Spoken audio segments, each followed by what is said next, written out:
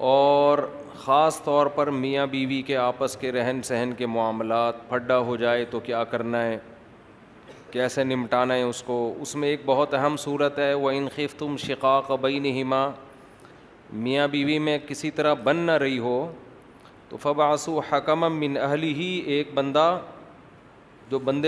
جو بندہ ہو، ٹھیک ہے نا، وہ شوہر کی طرف سے اور ایک بندہ لڑکی والوں کی طرف سے، دو بندے مل کے بیٹھیں اور دیکھیں کہ ان میں غلطی کس کی ہے. سمجھتے ہیں؟ اللہ فرماتے ہیں این یریدا اصلاحا، اگر میاں بیوی واقعی اصلاح چاہتے ہوں گے. بعض دفعہ غلط فہمیوں کی وجہ سے بڑے مسائل کھڑے ہو جاتے ہیں، دونوں صحیح ہوتے ہیں پھر بھی لڑ رہے ہوتے ہیں. بدگمانیاں، غلط فہمیاں بہت پھیلائی جاتی ہیں نا معاشرے میں. شوہر اگر محبت زیادہ دے گا تو عورت سمجھتی ہے کہ یہ میرا یہ نہیں غلام ہے، یا اس میں کچھ ٹیکنیکل فالٹ ہے کوئی اس کے اندر. وہ اگر تھوڑا استغنا دکھائے گا تو وہ الٹا سمجھے گی. خیر، بہت سارے حکام ہمارے رہ جاتے ہیں اگر ہم ایک ہی چیز کو ڈیٹیل میں لے کے چلیں. تو اللہ نے فرمایا کہ دو بندے بیٹھ جائیں، آپس میں صلح و صفائی کی کوشش کریں. اگر میاں بیوی میں سے دونوں اصلاح چاہتے ہوں گے، غلط فہمیاں دور کرنا چاہتے ہوں گے، یوفق اللہ بینہما، تو اللہ دونوں میں جوڑ پیدا کر دے گا. اس سے پتہ چلتا ہے کہ دونوں میں سے ایک بھی اگر شرارتی ہے تو پھر جوڑ پیدا نہیں ہوگا. ایک بات تو یہ ہو گئی. اچھا، یہاں ایک چیز اہم امپورٹنٹ یہ ہے کہ ایک ایک بندہ بیٹھے دونوں خاندانوں میں سے، جرگہ نہ بٹھائیں. لوگ دو بسیں بھر کے لے آتے ہیں. جتنے زیادہ لوگ کسی معاملے کو حل کرنے کے لیے بیٹھیں گے، معاملہ سلجھنے کے بجائے اتنا زیادہ الجھے گا. یہ خوب سمجھ لیں. جن گھروں میں یہ معاملات ہوتے ہیں نا کہ بیٹی کی شادی کا اختیار ایک باپ کے پاس ہے، تو وہاں شادیاں بروقت بھی ہوتی ہیں، صحیح جگہ بھی ہوتی ہیں.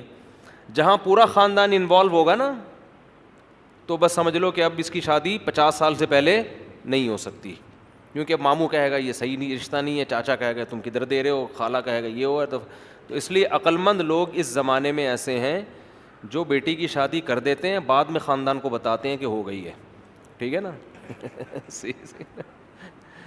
تو ایسی باتیں ممبر پہ مناسب نہیں ہے، لیکن ہو یہی رہا ہے تو کیا کریں. بعض دفعہ نامناسب بات کرنی پڑ جاتی ہے، وہ بڑے مسائل ہوتے ہیں. خیر، تو ایک بندہ ادھر سے جو بندے دا پتر ہو، اور ایک بندہ ادھر سے جو وہ بھی کیا ہو. یہ بندہ بھی میں اس لیے کہہ رہا ہوں کہ وہ بھی سمجھدار آدمی ہو، تو بیٹھیں گے تو اللہ مسئلہ حل کر دے گا دونوں کے درمیان. تو اس سے بھی یہ پتہ چلتا ہے کہ اللہ تعالیٰ یہ نہیں چاہتے کہ فوراً طلاق کی طرف جاؤ، اللہ پہلے گھر کو بسانا چاہتے ہیں. ایک اور حکم جو سورہ نساء میں بیان ہوا، بعض دفعہ یہ بھی ہوتا ہے کہ میاں بیوی ایک دوسرے سے حقوق لینے کی کوشش کر رہے ہوتے ہیں مگر کوئی دے نہیں رہا ہوتا. یہ اس کے حقوق میں گڑبڑ کر رہا ہے یا وہ اس کے حقوق میں. تو اللہ نے پھر ایک آپشن بیچ کا یہ بھی دیا ہے کہ بھائی طلاق سے بہتر ہے کہ صلح کر لو آپس میں. صلح کا مطلب کچھ حقوق سے دستبردار ہو جاؤ. بعض دفعہ یہ ہوتا ہے کہ شوہر کو بیوی سے نفرت ہے، وہ نہیں چاہتا کہ میں اس کے پاس آؤں، جب بھی آتا ہوں پڈا ہوتا ہے. وہ کوئی ایسی بات کہہ دیتی ہے جس سے اس کی کھوپڑی گھوم جاتی ہے. میں یہ قرآن کی تفسیر ہی بیان کر رہا ہوں. لوگ مجھے کہتے ہیں آپ قرآن کی تفسیر کے علاوہ باتیں کر رہے ہوتے ہو. یہ قرآن کی آیت ہے نا، وَإِنِ امْرَأَةٌ خَافَتْ مِنْ بَعْلِهَا نُشُوزًا أَوْ إِعْرَاضًا، اسی کی تفسیر ہے. تفسیر کا مطلب ہی یہ ہوتا ہے کہ اپنے الفاظ میں اس کو ڈیفائن کیا جائے. اگر میں وہ قرآن کی آیتیں ہی پڑھوں گا وہ تفسیر تو نہیں ہوئی نا. تو تفسیر تو میں اپنی مثالوں سے، تفسیر کا مطلب کیا ہے؟ اس کو ڈیفائن کرنا.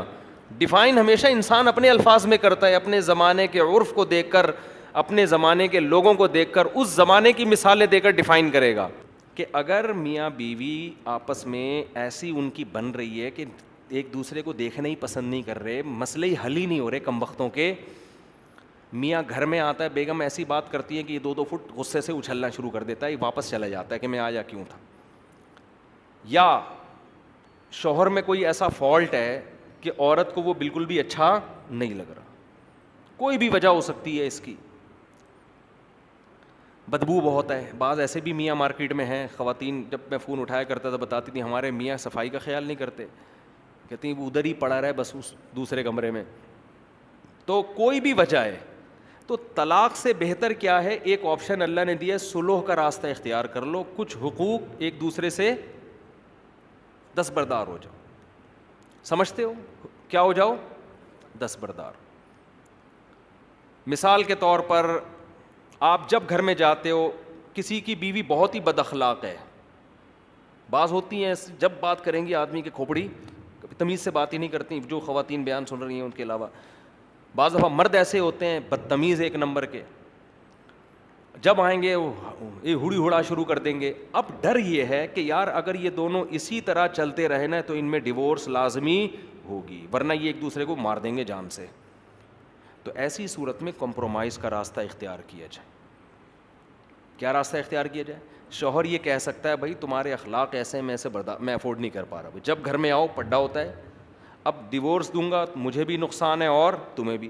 مجھے کیا نقصان ہے بھائی؟ مجھے ٹھیک ہے تم خوبصورت ہو یا کوئی اچھا خاندان ہے تمہارا، مجھے مرد جب طلاق دیتا ہے تو اس کو بھی دوبارہ ملنا آسان. بد اخلاق ہے لیکن خوبصورت اتنی ہے کہ لٹو ہوئے ہیں وہ اس کے اوپر نا، لٹو ہوئے ہیں. کہہ رہے ہیں بھائی یہ ہے، ہوا ایسا ایک صاحب کی بیوی بڑی خوبصورت تھی، بس وہ بد اخلاق بہت تھی، انہوں نے طلاق دے دی. دوسری خوش اخلاق بہت ملی مگر ان کو پسند ہی نہیں آ رہی. وہ کہہ رہے یار وہ بد اخلاق اچھی تھی یار. کہہ رہے مجھے اچھی نہیں لگ رہی ہے بالکل. خیر ہم نے ان کو سمجھایا کہ اس کو گزارا کرو، اللہ کا شکر ہے وہ خوش ہیں، بچے ہیں ان کے. تو ایسی کنڈیشن میں آپس میں کیا کیا جائے؟ فلا جناح علیہما ان یصلحا بینہما صلحا. آپس میں کیا کر لو؟ سلو. سلو کسے کہتے ہیں؟ کچھ حقوق لو کچھ حقوق چھوڑ دو.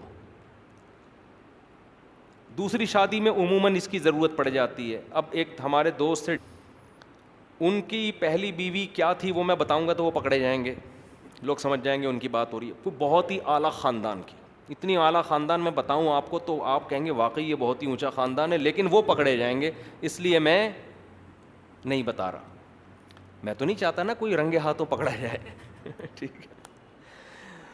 اب کیا ہے کہ پیسہ بہت ان کے پاس، بالکل ینگ جوان آدمی، خاتون ہو گئی جوانی میں بیوہ، 2 بچے بھی بیچاری کے. ینگ لڑکی 23-24 سال کی 2 بچوں کے ساتھ کیا ہو گئی؟ بیوہ. ہمارے معاشرے میں کوئی سر پہ ہاتھ رکھنے والا نہیں ہوتا.